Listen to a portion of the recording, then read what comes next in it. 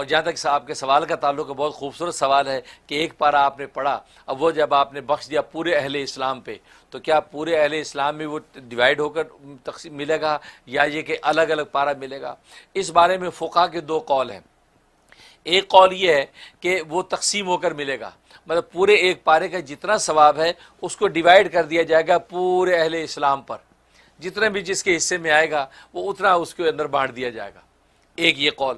اور دوسرا قول جو یہ ہے کہ وہ اصل میں ایک پارہ اگر پڑھ کے آپ نے پوری امت کو بخش دیا ہے، تمام صحابہ اکرام، انبیاء اکرام علیہم الصلوۃ والسلام، تمام اہل ایمان کو بخش دیا، تو اللہ تبارک و تعالیٰ کی رحمت اتنی وسیع ہے کہ اللہ تبارک و تعالیٰ ہر ایک کو ایک ایک پارے کا ثواب عطا کریں گے۔ اور اسی قول کو پسند کیا علماء نے اور بزرگان دین نے کہ یہ دوسرا جو قول ہے یہ اللہ کی سخاوت اور اللہ کی وسعت رحمت پر دلالت کرتا ہے، اور اللہ سے ہم وسعت رحمت ہی کی توقع رکھتے ہیں، لہذا اللہ جو ہے وہ تقسیم کر کے نہیں دے گا بلکہ ہر ایک کو پورے ایک ایک پارے کا ثواب دے گا۔ اس لیے علماء نے لکھا کہ جب بھی آپ کچھ پڑھیں تو کوشش کریں اہل ایمان کو اگر بخش دیں، کیونکہ اللہ تبارک و تعالیٰ سب کو پورا پورا دے دیں گے، اس میں کسی قسم کی تقسیم نہیں ہوگی۔ تو یہی قول جو راجح قول ہے، اگرچہ پہلا قول بھی پایا جاتا ہے کہ آپس میں تقسیم کیا جائے گا، جس کے حصے میں جتنا آئے اتنا اس کو دیا جائے گا۔ یہاں تک کہ صدیقین کے اعلیٰ ترین مقام پر فائز ہوتا ہے، کوئی متوسط مقام پر فائز ہوتا ہے، کوئی اس سے نیچے مقامات پر فائز ہوتا ہے، اس کے بعد شہداء کا مقام ہے، پھر شہداء کے مقام کے اندر بھی اسی عمل کے اخلاص اور قوت کی وجہ سے اللہ تبارک و تعالی شہادت کے مختلف مقامات پر فائز کرتے ہیں۔ پھر صالحین ہیں، اللہ کے نیک بندے ہیں، وہ اپنے نیکی اور تقوی کے مختلف مقامات فائز ہوتے ہیں۔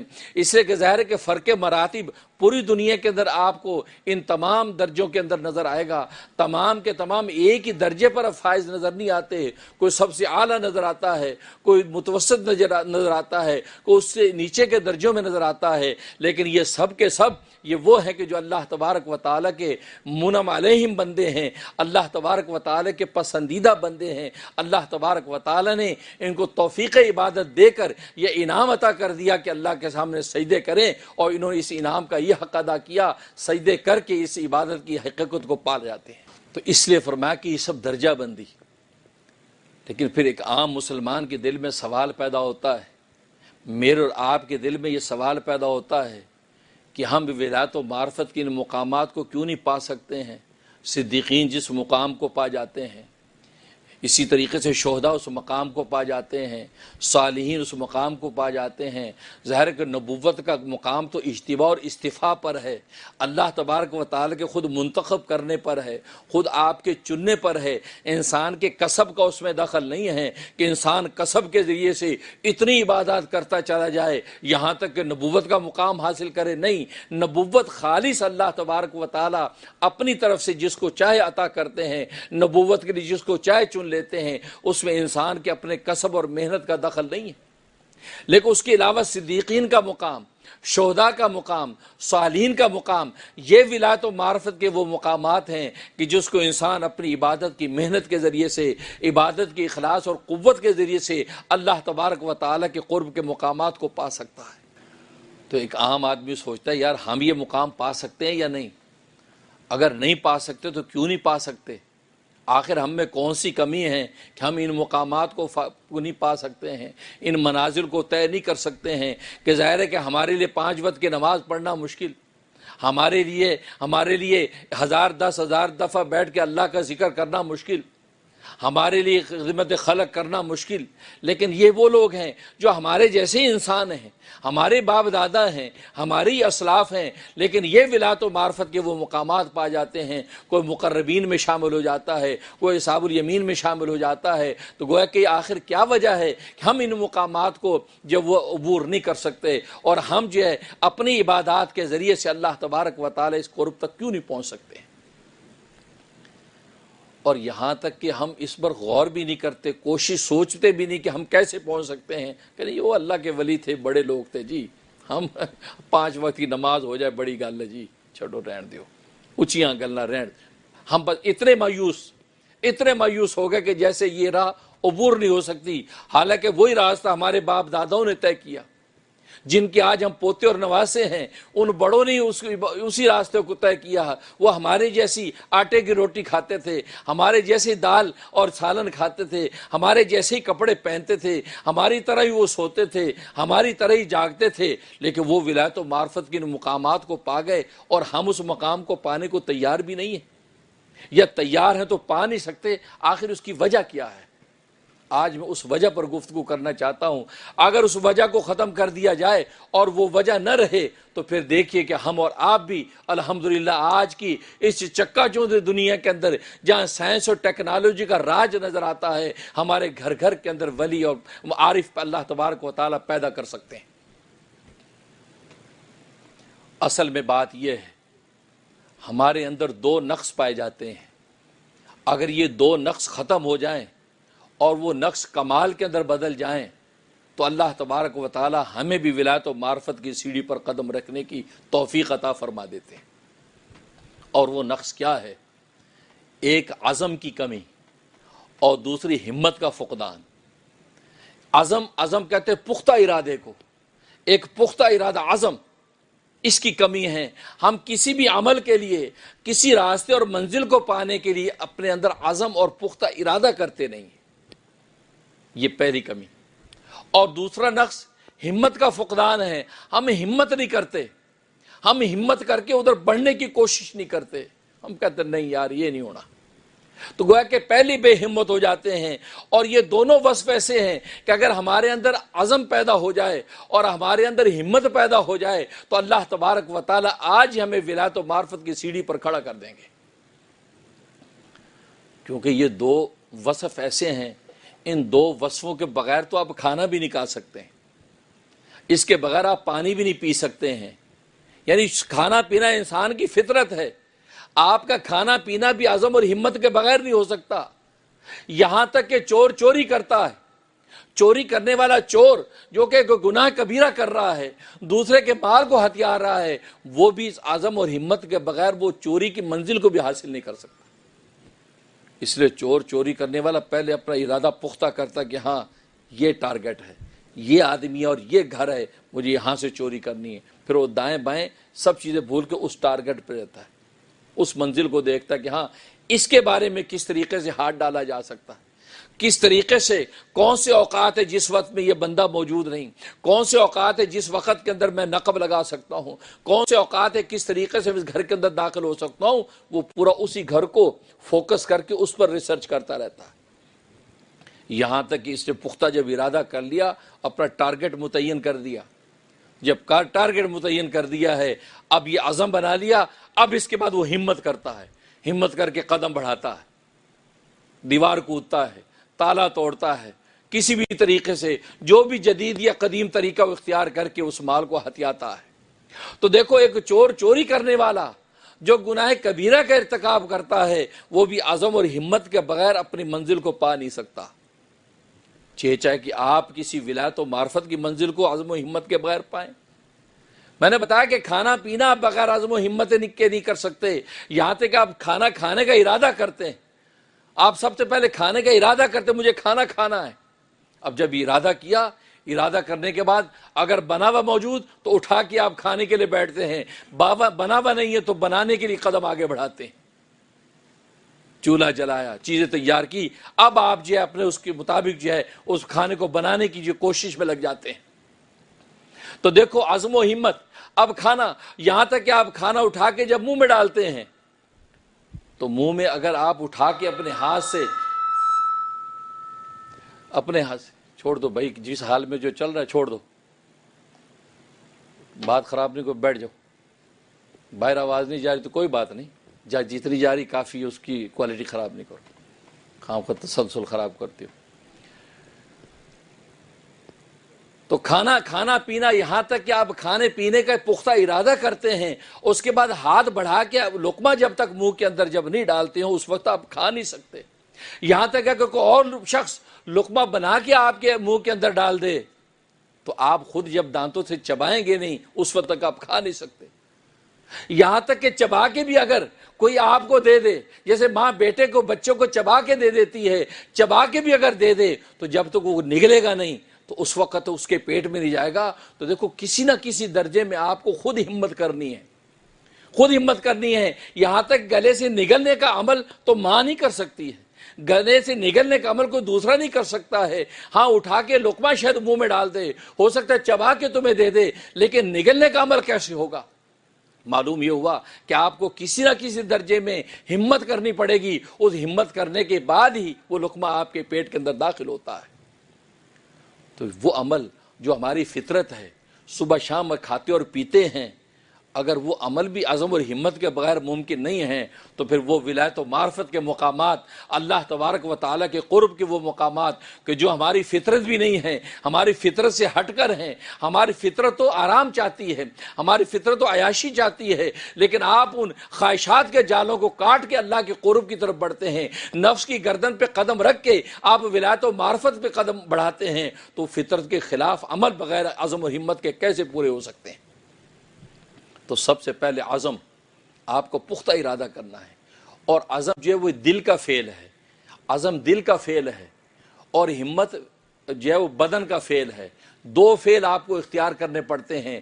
ایک آپ کو دل کا فعل, دل کا جو ارادہ جو ہے پختہ, یہ دل کا فعل ہے, قلب تو فعل قلب, اور دوسرا فعل بدن. اب بدن سے آپ ہاتھ بڑھاتے ہیں, پہلے آپ نے پختہ ارادہ کیا کہ ہاں مجھے یہ کرنا ہے, اس کے کرنے کے بعد اب آپ نے اس پر ہاتھ بڑھایا, اب وہ عمل میں اللہ تبارک و تعالی اس عمل کو وجود بخش دیتے ہیں. تبھی نبی کریم صلی اللہ علیہ وسلم کا ارشاد ہے کہ انما الاعمال بالنیات, اعمال کا دار و مدار نیتوں پر ہے, کہ اعمال وجود ہی نہیں پکڑ سکتے جب تک کہ آپ اپنے قلب کے اندر نیت پیدا نہ کریں, اس کی نیت اور پختہ ارادہ نہ کریں کہ مجھے یہ کرنا ہے. اور جب آپ پختہ ارادہ اور نیت کر لیتے ہیں, اب آپ اس پر قدم بڑھاتے ہیں, عمل کی طرف آگے بڑھتے ہیں. تو معلوم ہے کہ پہلے قصد القلب, دل کا جو ارادہ ہے, دل کا پختہ ارادہ جب تک نہیں ہوگا اس وقت تک آپ اس کام کی طرف آگے بڑھ ہی نہیں سکتے. اور جب پختہ ارادہ کر لیا, کرنے کے بعد اب آپ کو فعل بدن, بدن کا فعل اب آپ کو کرنا ہے. اب آپ کو قدم اٹھانے ہیں, اب آپ کو ہاتھ بڑھانا ہے. نیت گھر میں بیٹھے کر لی کہ مجھے مسجد میں جا کر جماعت کے ساتھ نماز پڑھنی ہے, پختہ ارادہ کر لیا. اب کرنے کے بعد اب آپ نے اٹھنا ہے, اٹھ کر اب آپ نے وضو کیا, وضو کر کے اب آپ مسجد کی طرف قدم بڑھا دیے. مسجد, دکان پہ بیٹھے ہیں, گاہک آ رہے ہیں, لیکن آپ نے پختہ ارادہ کر لیا نہیں جمعے کا وقت ہونے والا ہے, مجھے مسجد میں جا کے جمعہ ادا کرنا ہے. آپ کے گاہکوں کا رش بھی بھلے ہو, لیکن آپ اس کو مائنس کرتے چلے جاتے ہیں, اس کو گویا کہ ڈینائی کرتے چلے جاتے ہیں. نہیں مجھے رش نہیں چاہیے, مجھے تو پہنچنا ہے. آپ کچھ نہ کچھ سوچتے ہیں, آپ اس الٹرنیٹو بندہ کھڑا کرتے ہیں, دوسرے کے ذمہ لگاتے ہیں کہ جو ایسا شخص جو غیر مسلم, اس کو جمعے سے کوئی تعلق نہیں ہے, آپ کہتے ہیں یار سنبھالو مجھے جمعہ پڑھنا ہے. اب جو پختہ ارادہ آپ نے کر لیا تھا, اس پختہ ارادے کے لیے قدم آپ نے بڑھایا ہے, تو اللہ تبارک و تعالیٰ وہ عافیت کے ساتھ مسجد میں تمہیں پہنچا دیتے. کیونکہ عزم اور ہمت جب بندہ کرتا ہے تو اللہ تبارک و تعالیٰ کی نصرت آ جاتی ہے. اللہ تبارک و تعالیٰ کی نصرت اور مدد شامل حال ہو جاتی ہے کہ یہ بندہ دیکھو عزم اور ہمت کے ساتھ اس نے قدم بڑھایا ہے. اب اللہ کی جب نصرت آتی ہے تو پھر اللہ جذب کے طریقے سے اس کو اپنا قرب عطا کر دیتے ہیں. کیونکہ یہ بات یاد رکھو کہ انسان جب کسب کے ذریعے سے کسی روحانی مقام کو حاصل کرنے کی کوشش کرتا ہے تو بغیر جذب کے اللہ تبارک و تعالیٰ کے قرب تک نہیں پہنچ سکتا. کیونکہ اللہ تک پہنچنے کے دو راستے, ایک کسب کا راستہ ہے, انسان اپنی محنت کے ذریعے سے, مجاہدوں کے ذریعے سے, نوافل کے زور پر, ذکر و اذکار کی کثرت سے اللہ تبارک و تعالیٰ کی طرف بڑھنے کی کوشش کرتا ہے. ایک جذب ہے کہ اللہ تبارک و تعالیٰ خود ہی اس کو اپنے قریب کھینچ لیتے ہیں. بس اوقات جس کو آپ مجذوب کہتے ہیں کہ یار فلاں بندہ مجذوب ہے, وہ تو اللہ تبارک و تعالیٰ کی عشق میں جذب ہو گیا, یعنی اللہ نے اس کو اپنی طرف کھینچ لیا. جب اپنی طرف کھینچا, اللہ کا قرب ملا, اللہ کی محبت کی تجلی اس پر پڑی, تو وہ اپنے حواس قائم نہیں رکھ سکا, یہاں تک اپنے حواس سے نکل گیا. تو آپ کہتے ہیں یہ مجذوب اللہ ہے, یہ اللہ کا مجذوب ہے, اس کو کوئی ہوش حواس نہیں, کیونکہ اللہ کی تجلی کا پرتو پڑا ہے, اس کو برداشت نہیں کر سکا, لہٰذا یہ اللہ کی محبت میں گم اور فنا ہو گیا. لہٰذا ایسا شخص جس کے اوپر اب نماز بھی نہیں رہی, روزہ بھی نہیں رہا, جب اپنی بے ہوشی میں ہے تو اس پر کوئی نماز نہیں. ہاں اگر ہوش میں آیا, کیونکہ بسا اوقات مجذوب جو ہوتے ہیں, مجذوب اللہ, وہ ہوش میں بھی آ جاتے ہیں, وہ ہوش کے لمحات آتے ہیں, تو ظاہر ان کے اوپر شریعت لاگو ہو جاتی ہے. تو دیکھو بس اوقات کسب کے ذریعے سے انسان بڑھتا ہے، بس اوقات جذب کے ذریعے سے بڑھتا ہے، لیکن ایک بات یاد رکھیں، محققین صوفیہ فرماتے ہیں کہ کوئی بھی راستہ بغیر جذب کے ادا ہو ہی نہیں سکتا، کوئی راستہ بغیر جذب کے طے نہیں ہو سکتا۔ بندہ جب کسب بھی کرتا ہے، محنت بھی کرتا ہے اللہ تبارک و تعالیٰ کی عبادت کی، وہ بھی منزل طے تبھی ہوگی جب اللہ تبارک و تعالیٰ اس کی کسب اور محنت کو دیکھ کر اس کو اپنی طرف کھینچ لیتا ہے۔ یہ دیکھ کے کہ دیکھو کوشش کر رہا ہے، دیکھو سجدوں میں گر رہا ہے، میرے سامنے گڑگڑا رہا ہے، میرے سامنے روتا ہے، اتنے ہزار میرے نام کو یاد کرتا ہے، ذکر و اذکار میں لگتا ہے، مجھے پانا چاہتا ہے، محنت اور کوشش کر رہا ہے، اللہ کو اس کی کوشش میں پیار آ جاتا ہے، اللہ اس پیار میں اس کو اپنی آغوش میں لے کر اپنی منزل عطا کر دیتے۔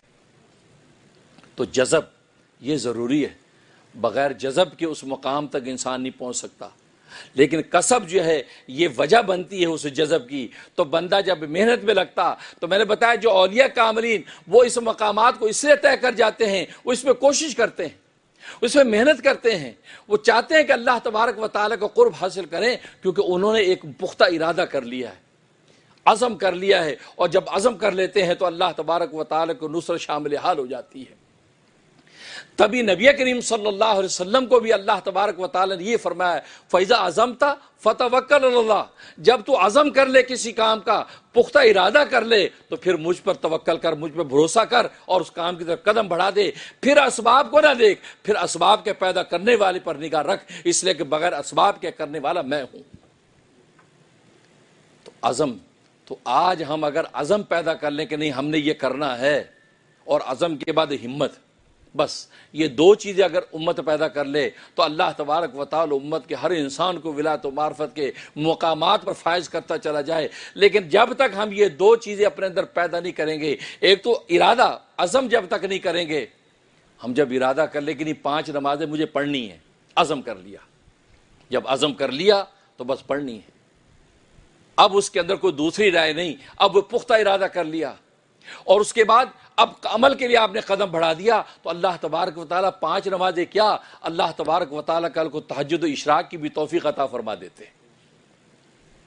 عزم اور پختہ ارادہ ضروری ہے، اور جب انسان یہ کرے تو پھر بڑی بڑی مصیبتیں اللہ تبارک و تعالیٰ آسان کر دیتے ہیں، یہاں تک کہ گھٹی کے اندر پڑی ہوئی عادتیں بھی اللہ تبارک و تعالیٰ ان سب کو بھی مائنس کر دیتے ہیں۔ حضرت بشیر حافی رحمۃ اللہ علیہ کتنے اونچے مقام کے ولی ہیں، ولایت و معرفت کا اتنا اونچا مقام اللہ تبارک و تعالی ان کو عطا کیا کہ ان کا نام بشیر حافی بن گیا۔ حافی کہتے ہیں ننگے پاؤں والا، ننگے پاؤں پھرتے تھے، اس لیے پھرتے تھے، کہا کہ آپ ننگے پاؤں پھرتے ہیں، آپ جوتا کیوں نہیں پہنتے ہیں؟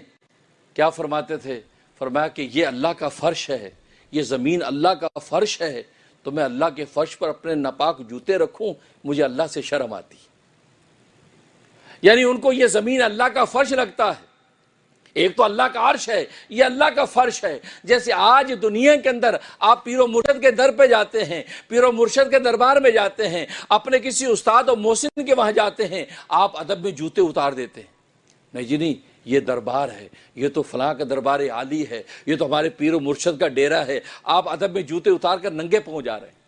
جیسے موسیٰ علیہ السلام کو اللہ نے حکم دیا، فَخْلَعْنَا عَلَيْكَ، اے موسیٰ جوتے اتار دے، اِنَّكَ بِالْوَادِ الْمُقَدَّسِ طُوَىٰ، اس لیے کہ تو بڑی پاکیزہ وادی میں ہے۔ معلوم ہے جو پاکیزہ مقامات ہیں، پاکیزہ جو جگہ ہوتی ہیں، وہاں پر جوتا اتارنا ادب ہے۔ قرآن میں اللہ نے یہ ادب خود پیغمبر کو سکھایا ہے، تو ان پر اللہ تبارک و تعالیٰ نے یہ کیفیت طاری کر دی کہ ان کو یہ پوری زمین اللہ کا فرش نظر آتا ہے۔ تو اگر پیر و مرشد کے فرش پر انسان جوتے اتار کے جانے کو تیار نہیں، تو اللہ کے فرش پر جوتے کیسے پہن سکتا ہے؟ ان کے ایک غلبہ حال ہے، ان کی کیفیت ہے، کہتا نہیں اللہ کا فرش ہے، اس اللہ کے فرش پہ میں جوتے نہیں پہن سکتا، میں اللہ کے فرش کے ادب کے خلاف کوئی عمل نہیں کر سکتا، یہ کیفیت۔ لیکن جب تک ولایت و معرفت کے مقام پر نہیں تھے، اور اللہ نے کیسی سبیل بنائی، اس وقت تو بڑی عیاشی کی زندگی گزارتے تھے، اور رقص و سرود کی محفلیں ہوتی ہیں، شراب کے جام چلتے ہیں۔ ایک مرتبہ اپنے گھر کے اندر یہ سب کچھ کر رہے ہیں، شراب کے جام چل رہے ہیں، رقص و سرود چل رہی ہیں، گانے بجانے چل رہے ہیں، تو ایک شخص دروازے پہ آتا ہے، دروازہ بجاتا ہے، تو ان کی باندی باہر نکلی، لونڈی باہر نکلی۔ کیا بات ہے؟ اس بزرگ نے کہا اس گھر کا مالک آزاد ہے یا غلام ہے؟ اس گھر کا مالک آزاد ہے یا غلام ہے؟ اس نے کہا آزاد ہے۔ تو اس اللہ والے نے کیا کہا؟ اس بزرگ کا اچھا آزاد ہے تبھی عیاشی کی من مانی زندگی گزار رہا ہے، اگر غلام ہوتا تو پھر اس طریقے سے یہ من مانی کی زندگیاں نہ گزارتا بلکہ اپنے آقا کے حکم کے مطابق زندگی گزارتا۔ یہ بات کہی، یہ کہہ کے بزرگ لوٹے ہیں، اور ادھر یہ آواز بشر حافی جو اپنی مسجد بیٹھے انہوں نے یہ آواز سن لی کہ کوئی شخص یہ بات کہہ رہا ہے کہ اس گھر کا مالک غلام ہے یا آزاد ہے، اور لونڈی میری کہتی کہ آزاد ہے، کہتے آزاد ہے تبھی من مانی زندگی گزار رہا ہے، اگر یہ غلام ہوتا تو پھر اپنے آقا کے اشارے پر زندگی گزارتا۔ یہ بات کان میں پڑ گئی اور اٹھے اور اٹھ کر دروازے کی طرف دوڑے ہیں۔ جب دوڑے تو بزرگ نکل گئے بات کہہ کے۔ باندی سے پوچھا بتا تجھے کیا کہہ رہا تھا وہ شخص؟ اس نے کہا وہ یہ کہہ رہا تھا کہ اس گھر کا مالک آزاد ہے یا غلام ہے؟ تو میں نے کہا آزاد ہے۔ کہا آزاد ہے تب عیاشی کی زندگی من مانی گزار رہا ہے، اگر یہ غلام ہوتا تو پھر یہ غلاموں کی طرح زندگی گزارتا۔ اچھا یہ کہا، بس یہ جملے کی چوٹ قلب پہ پڑی ہے، دوڑے اس بزرگ کے پیچھے جا کے پکڑ لیا، کہا کہ حضرت آپ نے کیا کہا تھا، کیا فرمایا میری باندی کو؟ کہا کہ تم نے سن تو لیا۔ کہا کہ نہیں، اپنی زبان سے ایک مرتبہ، اپنی زبان سے ایک دفعہ کہہ دیجیے، اپنی زبان سے ایک دفعہ کہہ دیجئے۔ اور بزرگ نے یہ بات کہی کہ میں نے تو کہا تھا کہ اس گھر کا مالک آزاد ہے یا غلام ہے؟ تو لونڈی نے کہا کہ وہ آزاد ہے۔ میں نے کہا آزاد ہے تبھی من مانی مستی کی زندگی گزارتا ہے، اگر غلام ہوتا تو آقے کے اشارے پر چلتا۔ بھائی یہ کہنا تھا کہ تڑپ کے زمین پہ گرے، اور زمین پہ گر کے لوٹنے پولٹنے لگ گئے اور جھومنے لگے، اور کہا کہ میں تجھے گواہ بناتا ہوں میں اللہ کا غلام ہوں، میں گواہ بناتا ہوں میں اللہ کا غلام ہوں، میں گواہ بناتا ہوں میں اللہ کا غلام ہوں، میں آزاد نہیں ہوں، میں اللہ کے اپنے اس آقا کی مرضی پر زندگی گزاروں گا۔ آج سے میں تجھ سے وعدہ کرتا ہوں میں غلام ہوں اور غلامی والی زندگی گزار کے دکھاؤں گا۔ بھائی یہ کہنا تھا، اللہ تبارک و تعالیٰ نے بشر حافی کی توبہ کو قبول کر لیا، پھر غلامیت کے اس مقام پر فائز کر دیا کہ بڑے بڑے آقا بشر حافی کے سامنے جھکے نظر آتے تھے۔ اللہ اکبر! یہ ہے جسے اللہ کی غلامی کر لی، جسے اس حقیقت کو پہچان لیا ہم آزاد نہیں ہیں، ہم ایک آقا ہے، اس آقا کے غلام ہیں، ہم دنیا کے مادی آقاؤں کے غلام نہیں ہیں، ہم اس آقا کے غلام ہیں جو آقا ہمیں نظر نہیں آتا، بغیر دیکھے یہ وفادار غلام اس کے سامنے کبھی سجدے دیتے ہیں، کبھی رکوع میں جھکتے ہیں، کبھی قیام میں کھڑے ہو کر مجرموں کی طرح ہاتھ باندھ لیتے ہیں، کبھی تسبیحات و ذکر و اذکار کر کے اس کو منانے کی کوشش کرتے ہیں، یہ بغیر دیکھے اس آقا کو مناتے ہیں۔ پر ان کی غلامی کے نظارے کو دیکھ کر اللہ تبارک و تعالی آقوں کو اپنا قرب خاص عطا کر کے ولایت و معرفت پر فائز کر دیتے ہیں۔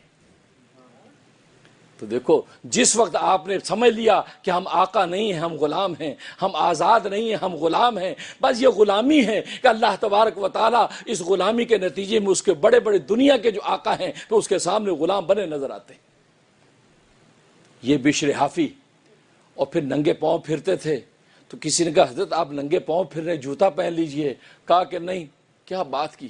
کہا کہ نہیں، میں نے جس وقت اللہ تبارک و تعالی سے صلح کی تھی، اس بھگوڑے غلام نے جب اپنے آقا کو پہچانا تھا اس وقت ننگے پیر تھا، جو گھر سے ننگے پیر دوڑے تھے اس بزرگ کے پیچھے۔ کہا کہ اس وقت میں چونکہ ننگے پیر تھا اور ننگے پیروں کی حالت میں اس آقا نے میرے ساتھ صلح کی تھی، اس لیے مجھے ننگے پیر اب اتنے اچھے لگتے ہیں، میں ننگے پیر جب پھرتا ہوں تو آقا سے صلح کا واقعہ مجھے یاد آ جاتا ہے، جس سے اللہ کی محبت میرے اندر اور بڑھ جاتی۔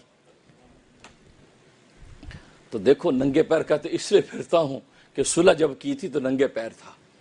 یہ بشر حافی رحمت اللہ علیہ، اتنا اونچا مقام اللہ تبارک و تعالی نے عطا کیا، بس انہوں نے ارادہ کیا کہ شراب چھوڑنی ہے، رقص و سرود چھوڑنا ہے، گانے بجانے چھوڑنے ہیں، بس یہ کرنا تھا۔ اس کے بعد جب واپس آئے سارا کچھ توڑ پھوڑ کے سب کچھ مال و دولت صدقات کر دیے، اور اللہ تبارک و تعالیٰ کی عبادت میں ایسے لگے ہیں کہ اللہ تبارک و تعالیٰ نے وقت کے اولیاء اللہ کو ان کو سردار بنا دیا اور ایسی کرامت عطا فرما دی۔ چونکہ ننگے پاؤں پھرتے تھے، بغداد میں ننگے پاؤں پھرتے تھے، تو جن جگہوں پہ وہ ننگے پاؤں پھرتے تھے ان راستوں سے جانور بھی گزرتے تھے تو جانور وہاں پر لید نہیں کرتے تھے، پرندے اس جگہ پر بیٹ نہیں کرتے تھے کہ بشر حافی چونکہ یہاں سے گزرے گا، اگر یہاں پر لید ہوئی اور نجاست اس کے پاؤں پہ لگے گی، وہ تو مجھے ہر وقت یاد کرتا ہے، وہ تو میری عبادت میں کھڑا ہوتا ہے، اس میرے بندے کو تکلیف ہوگی۔ اللہ تبارک و تعالیٰ نے جانوروں کے اوپر جو ہے گویا کہ یہ پہرا لگا دیا کہ جن راہوں پہ بشر حافی گزرتا ہے ان راہوں پر تمہیں پیشاب پخانہ کرنے کی اجازت نہیں۔ دیکھو اس ولی کو اللہ نے پھر یہ کرامت عطا کی، یہ کرامت عطا کی کہ پھر ان جگہوں پہ ننگے پاؤں پھر رہے ہیں، لیکن وہاں پر جانور پیشاب پخانہ نہیں کر رہے۔ تو کیا ہوا؟ یہ عزم کر لیا کہ مجھے چھوڑنا ہے۔ آج ہم ایک چھوٹی سی سگریٹ پینے کا ارادہ کر لیں، چھوڑنی تو چھوڑی نہیں جاتی، وہاں تو شراب، اور یہ چھوٹتی نہیں، یہ کافر منہ لگی ہوئی، اور شراب پینے کا عادی جو ہو جائے وہ چھوڑنا آسان ہے؟ یہ تو جو ان میں مبتلا ہے ان سے پوچھو۔ لیکن بشر حافی کہتے ہیں جب عزم کر لیا کہ اللہ کے لیے سب چھوڑنا ہے، تو دیکھو پھر عزم کے بعد ہمت ایسی پیدا ہوئی کہ اللہ تبارک و تعالیٰ کی نصرت نے اپنی آغوش میں لے لیا۔ اس لیے آج ہمارے اندر چونکہ عزم نہیں، اور اللہ جب اپنی نصرت دے دیتا ہے، اللہ جب اپنی نصرت کے اندر لے آتا ہے، تو پھر اللہ تبارک و تعالیٰ کیسے مدد کرتے ہیں۔ اللہ تبارک و تعالیٰ کبھی اپنی نصرت کے مظاہرے دکھا کر بندوں کو اپنی ولایت عطا کر دیتے ہیں۔ حضرت ذوالنون مصری رحمۃ اللہ علیہ فرماتے ہیں، میں ایک مرتبہ دریائے نیل کے کنارے کھڑا تھا تو مجھے ایک بچھو نظر آیا۔ میں نے پتھر اٹھا کے بچھو کو مارنے کا ارادہ کیا۔ جیسے میں نے پتھر مارنے کی کوشش کی تو دوڑ کے وہ کنارے کے قریب چلا گیا، اور وہاں سے ایک مینڈک نکلا۔ بچھو کود کے اس مینڈک کی پیٹھ پر بیٹھ گیا، اور وہ مینڈک تیرتا ہوا دریا کے دوسرے کنارے پر بچھو کو لے گیا۔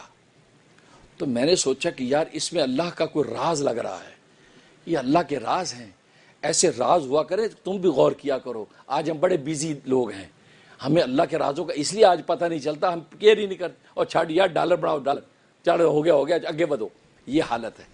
تبھی اللہ کے راز سمجھتے نہیں ہیں۔ یہ اللہ کے راز صبح شام ہم بھی دیکھتے ہیں، ہمیں نظر آتے ہیں، لیکن ہم اس سے اخذ نہیں کرتے، کیونکہ ہمیں کیئر ہی نہیں ہے۔ ہمیں کیئر صرف ایک چیز کی ہے، پیسہ بن جائے۔ نہیں، پیسہ مقدر سے زیادہ آپ ایک پائی بھی نہیں کما سکتے۔ جو مقدر طے کر دیا ہے، اور اس وقت جب ماں کے پیٹ میں تھے اس وقت جو طے کر دیا، اس میں ایک پائی بھی آپ اضافہ نہیں کر سکتے۔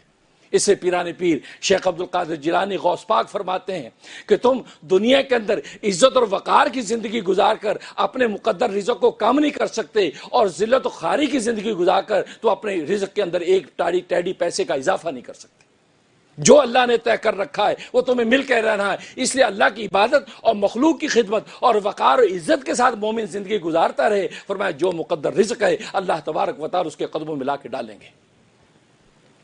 کہتے کہ میں بھی دریا میں کود گیا اس کے پیچھے، یہاں تک وہ دریا کے دوسرے کنارے پر مینڈک پہنچا، اور بچھو کود کر خشکی پر آیا اور دوڑ رہا ہے، تیز دوڑ رہا ہے، میں بھی پیچھے۔ دیکھا کہ ایک جگہ ایک کنارے پہ ایک شخص جب بدمست شراب پی کر دھت پڑا ہے، کوئی شراب پی کر دھت پڑا ہے، اس کے پاس ایک اژدہا سانپ، وہ اژدہا اس کو ڈسنے کے لیے بالکل پھن کھول کے کھڑا، قریب ہے کہ اس کو ڈسے گا، وہ سو رہا ہے مست پڑا شراب میں، جیسے بیچ کے کنارے پہ لوگ لیٹے ہوتے پی پلا کے، وہ بیچ سے پڑا بیچارہ۔